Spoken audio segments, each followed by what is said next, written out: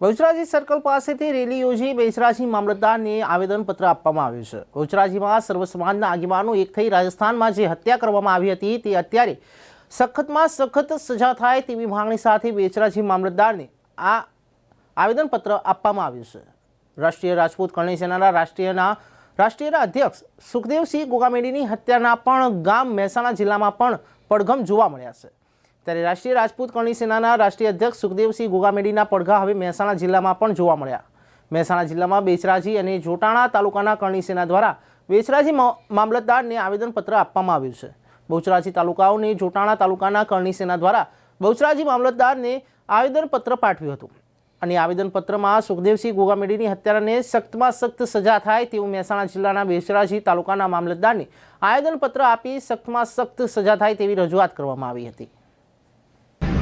जय भवानी जय भवानी।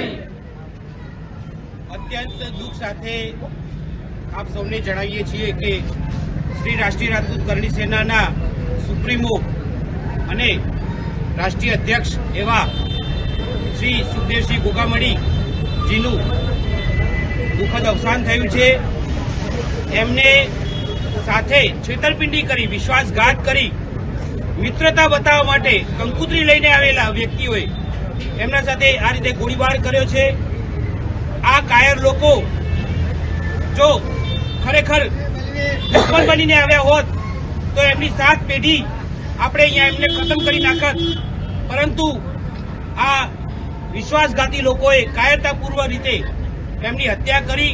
આજે ક્ષત્રિય સમાજ ખૂબ જ દુઃખદ રીતે દુઃખી છે અને પ્રદેશને અને કેન્દ્ર સરકારને વિનંતી કરીએ છીએ કે આવા આરોપીઓને જ્યાં સુધી સખતમાં સખત સજા નહીં થાય, ફાંસી નહીં થાય, ત્યાં સુધી આપણું આંદોલન આ રીતે ચાલતું રહેશે।